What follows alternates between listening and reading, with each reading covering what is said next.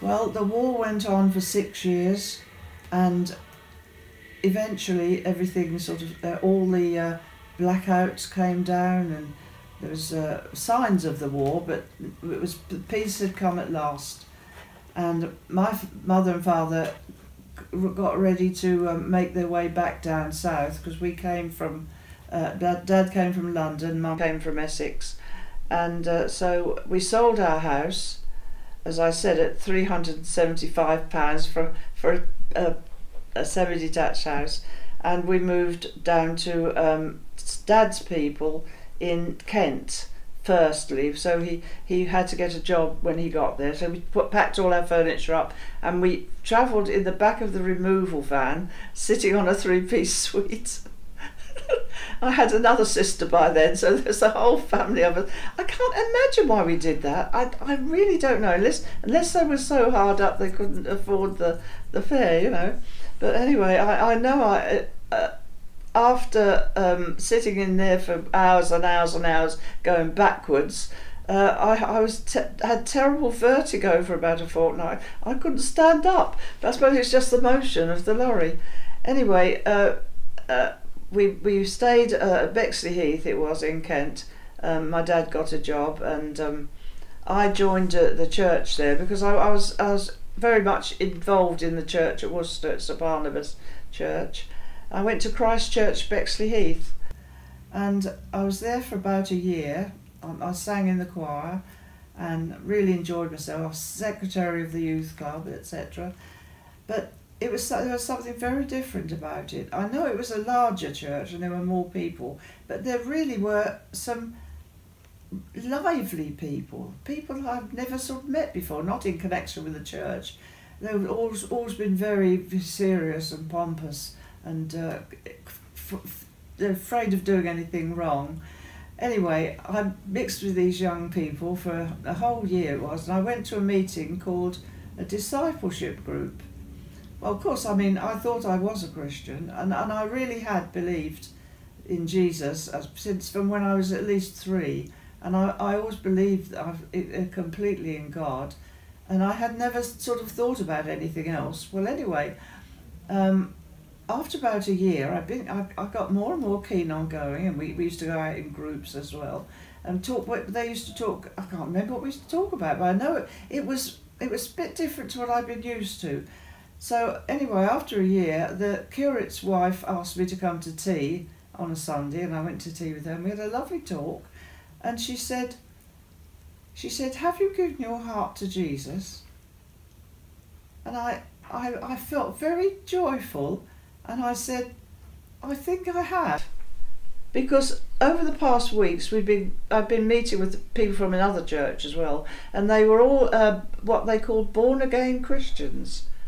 And in that weekend, something wonderful happened inside me. I didn't become automatically good or perfect, and I never have.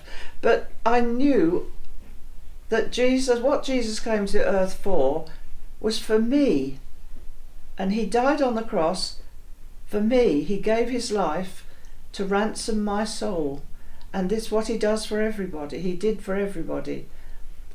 And from that day, I didn't go mad. You know, it was inside me. It was so potent. And I read some books, and I started reading the Bible and understanding it so much more. Now, I do thank God that I went to a wonderful Christian school, and it was all during the war, and we had prayers every day, and we had Bible readings every day, and sung hymns. And we learned all the stories of the Bible, right from the Old Testament to the New. And I'm very thankful for that knowledge that I got, which helped me so much. And this church had just the background. It had the people who had come into faith, and some that didn't, and lots of people did while I was there. And you saw the change in them. It wasn't that they changed so much. It was that their thinking was utterly altered from when they were not Christians. And I remember them, and I followed their lives. A lot of them went to the mission field, and some went into the ministry and different jobs. But anyway, that's what happened to me, and it's not been easy. Now I'll tell you something very nice, which was more than nice, that gradually I talked to my family about it. First of all, they poo-pooed it. Oh, it'll wear off. You'll forget all about it. But I told my sister, and I went into her bedroom one night, and I sat on the bed, and I knew I'd got to talk to her, and she hadn't got a clue, and I hadn't a clue what to say. So I said, and I was sat babbling on and saying, You've got to believe in Jesus. And I left, and I felt an utter fool, because I thought she didn't understand a word. She thinks I'm balmy. Anyway, much to my joy, a little later she started going to our doctor's Christian group, and she was saved as well. So, and she married a pastor, an Elim pastor later. So she's been with the ministry. And my another sister, and my mother went to see my my old vicar's wife for something. She went to a meeting. I think she met her and talked to her, and my mother made the same decision. That day she came home and said, "I know what you know," she said, and so we became an almost united family. Now my father didn't come for many years, but he didn't object strongly. He did ridicule us quite a bit, but we had to put up with that. But he did eventually become a Christian when he came to Chelmsford. And I don't know quite where I've got to. Oh, yes, when I worked in London from when I was 18 to 22, when we came to Chelmsford. And Billy Graham, I asked Billy Graham, the famous American evangelist, known worldwide, to come to London to conduct a campaign to win over the people of London.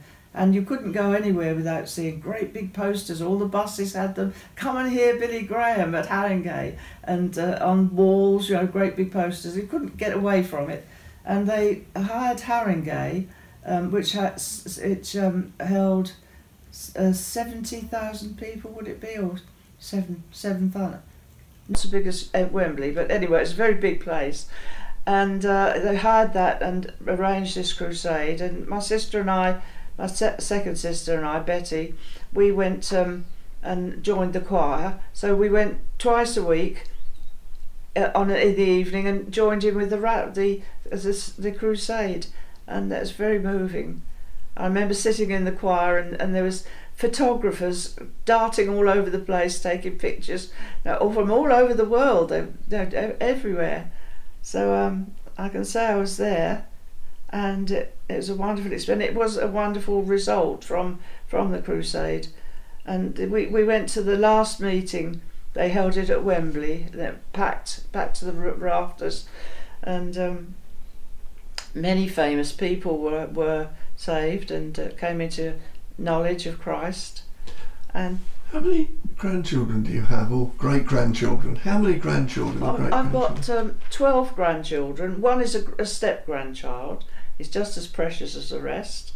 And we've got one great-grandchild. And what would be your Christian message to them now? What would you say to them regarding faith, and what would you say? Well, I think they've always been to church from when they were 2 weeks old. It was just a part of our life, and they grew up with it as part of their life.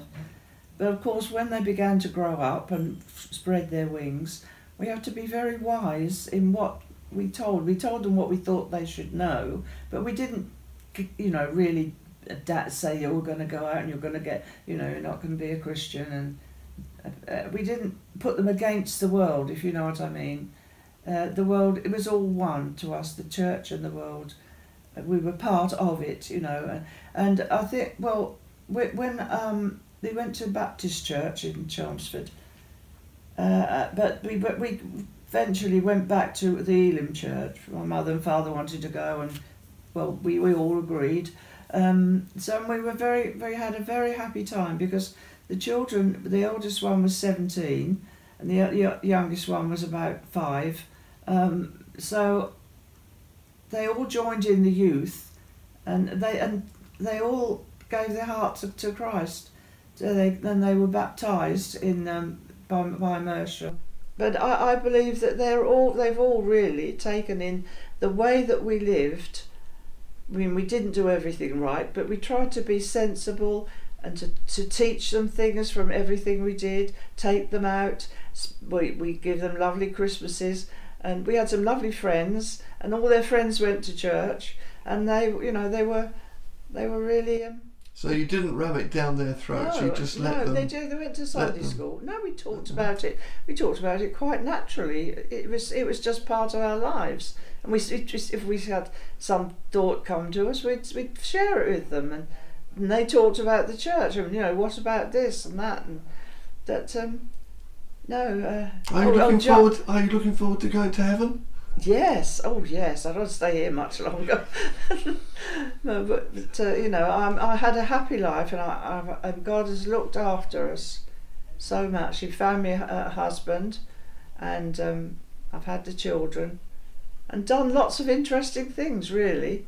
Because I'm getting rather a little bit anxious about the time where we are now, because neither of us can walk out much. We can get into a car, but we can't go on a bus. So we've had to give up the car. We thought we ought to, because he was 91.